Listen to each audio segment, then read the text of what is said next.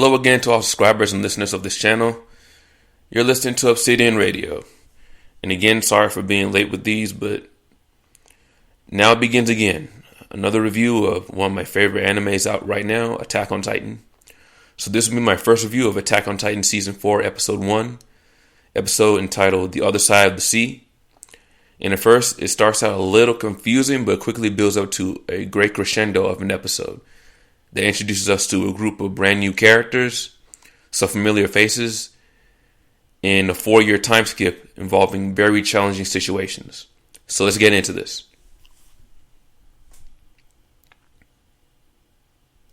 First thoughts. At first I was a little confused as to what's going on, but within a few minutes I was able to figure out that this was a major battle between the Marleyan military and the Mideast forces at Fort Slava, and also with their the Mideast naval fleet. And basically it was an episode showcasing many new characters and some old ones in the episode that produced this very different studio, Mappa. I'll get into that later. But overall, I liked it. The different character designs, the different characters, their motivations, the very interesting interactions among them, a different animation style, and another very detailed story within the greater Attack on Titan universe. So as far as the plot, so here's what's going on in the episode. So this episode starts out with the young blonde boy lying in the battlefield with slightly different animation to the trailer. And yeah, so I mentioned that in the trailer, it's the same scene, but it does look a little bit different. The bird's definitely a little bit different than before. We found out that the boy's name is Falco. I want to say Falco Grease. I'm not sure if it's Grease or Grass. I'll go back and check. Falco, and he's being carried away to the trenches by his older brother, Colt. And while in the trenches, we're introduced to him, Udo, Zofia, and Gabby Braun, General Theo Magath, and about 800 Eldian soldiers who are planning to take out the tracks of the armored anti-Titan train cannons. They need to do this in order to secure Fort Slava. Once Fort Slava is secured, they then need to get the Beast Titan to take out the Mideast naval fleet. Gabby successfully launches a hand grenade at the train, damaging it. This reduces the Mideast firepower on the island. Now with the anti-Titan train blown up and the 800 soldiers, the Cart Titan and the Jaws Titan have to get into the bunkers and defeat the Mideast soldiers that are surrounding the fort. Zeke and the Beast Titan, Reiner, they unleash dozens of mindless Titans who transform at the sound of Zeke's scream. They damage the fort even further by falling onto it, smashing it to pieces, and eating some of the Mideast soldiers who were stationed on the wall. This allows both the armored and the Jaws Titan to actually get inside the fort and destroy another armored train and their anti-Titan cannons, I guess, inside the fort, and weaken their forces even further. And then when the fort's fully destroyed, the Beast Titan comes down and finally launches his assault on the Mideast naval fleet. With his incredibly powerful pitches, he sinks the entire naval fleet, and the war against the Mideast forces is won by Marley. And that's the episode. Very exciting, very well written episode as far as I'm concerned. Now, the interesting things I noticed. One, maybe I have to get used to it, but Gabby's voice seemed a tad too deep. I don't know if the voice actress is going to adjust that. I don't know. I got to see. But she doesn't sound all the way like a 12-year-old. But then again, that's all of them. They're all being voiced by adults, so whatever. So I guess I got to get used to them sounding more mature than they should. So yeah. 2, I find it hilarious that the Mideast forces really do look and sound and behave very much like Arabs. They actually give off the Middle Eastern vibe, which I thought was kind of funny. Number 3, it's very tragic that throughout the entire series, when we were first introduced to it, we realized that Marley is conscripting Eldians who feel that they must atone for the supposed sins of their ancestors. And they can only atone by fighting for Marley, even dying as martyrs for Marley. And that's their only saving grace, that they'll fight for Marley and sacrifice themselves. That's messed up in a very deep way. Number 4, Reiner's statement about hating the walls hits deep when I think about it. Walls and war and walls. That's all he's ever seen pretty much throughout his entire life. Number 5, Yeah, pretty much entire. Well, no, I take that back. Maybe not his entire life. Maybe for the last decade or so. But yeah, on to number 5. Interesting that the Eldians that Zeke used seem to have been drugged or brought onto the Zeppelin against their will. Something about them seemed off when they were in those bags before they got launched. I thought that was interesting. It definitely seems like they were drugged somehow. Number 6, Falco is an interesting name, especially considering the very first scene in this episode. Like, okay, I guess that was a Falcon. At first I wasn't sure, but now I'm thinking maybe it was. It has some tie to his name. Number 7, also it's kind of messed up that, yeah, Marley conscripts children to participate in war, as well as they're being indoctrinated by adults to see people they know nothing about as their enemy. It's even worse when you realize they're literally the same people. Like, genetically, ethnically, they're all Eldians, but they're taught to hate Eldians basically since they were born. So it's like, that's very deeply messed up. And what's even more messed up is that's actually very close to what happens in reality. I won't get into it, obviously, but there's lots of real wars, real conflicts where that actually did happen. People that were fighting against the other side were literally the same people. And number 8, the CGI was noticeable at some times, but only with the Beast Titan to me, and like a tiny handful of other scenes. Other than that, I thought the animation was absolutely perfect, really nicely done, really beautiful. And the CGI, when you look at it, it's really nicely blended with the rest of the animation, in my honest opinion. So, I don't know what people are complaining about, but that's just me. I think the animation looks just fine. Now, what I liked best about the episode, the best thing I noticed about the episode was a couple things. It was more than one thing. It was actually 3. First was how the characters interacted with each other. There are the 4 children who are all the top candidates to receive the Armor Titan. Falco comes across as slightly less capable candidate that wants to protect his friends while showing compassion to the enemy combatants.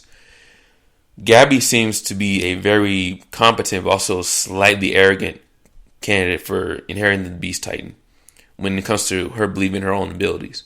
Then there's the quiet and calm Zofia and Udo, who seems like he overreacts a lot, but also seems to be very smart and very attentive. But just, again, easily agitated. So there seems to be this balance there between someone who's very humble in Falco versus someone who's very arrogant in Gabby.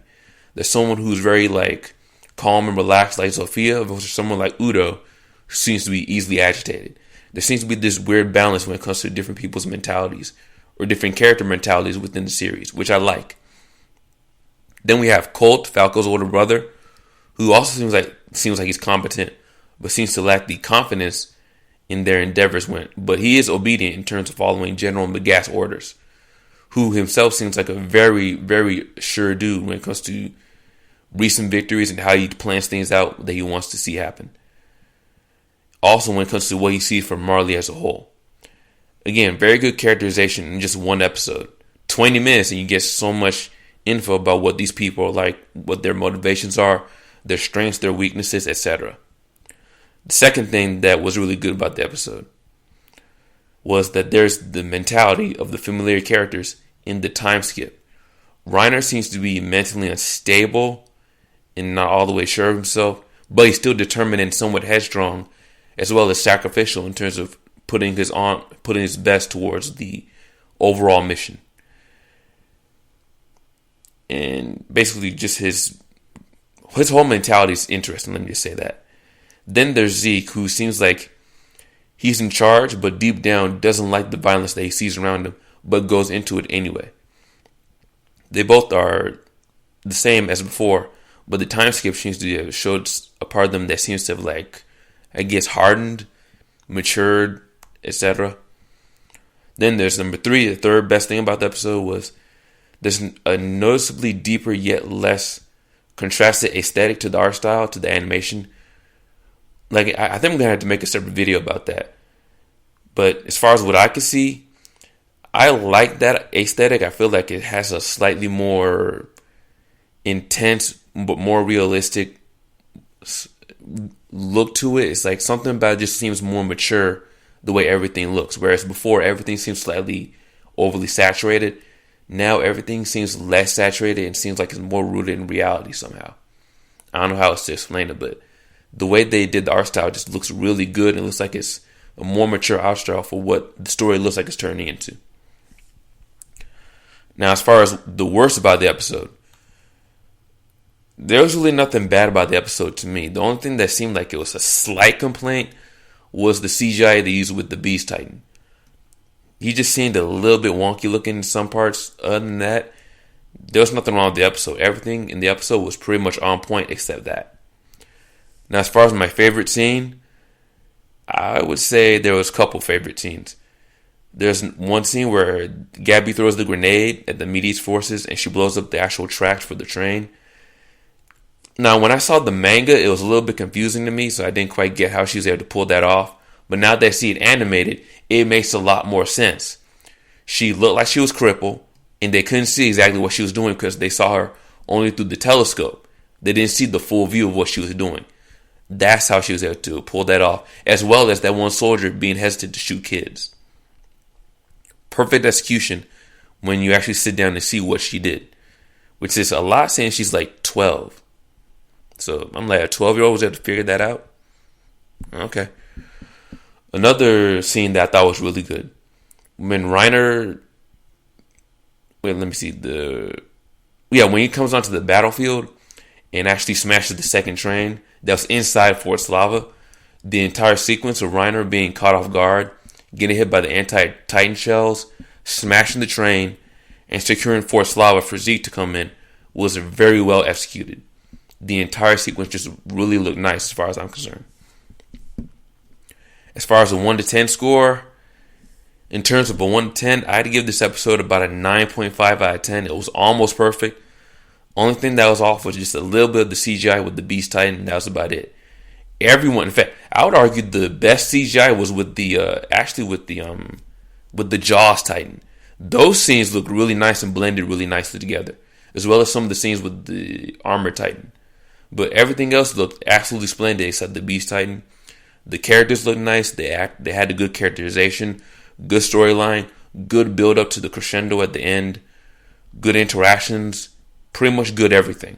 So I had really nothing to complain about with this episode. So as far as an overall summary,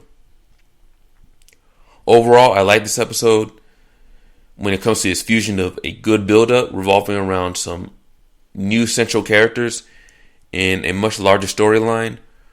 But it looks like we're getting a lot more of the storyline from the Marleyan point of view. So it looks like we'll see the world from their point of view of the young children, the Marleyan government, and possibly even from Zeke and Reiner, their point of view as the story goes on. A very nuanced story told from multiple viewpoints can be quite good if written well. Attack on Titan has delivered on this in some parts of season 3.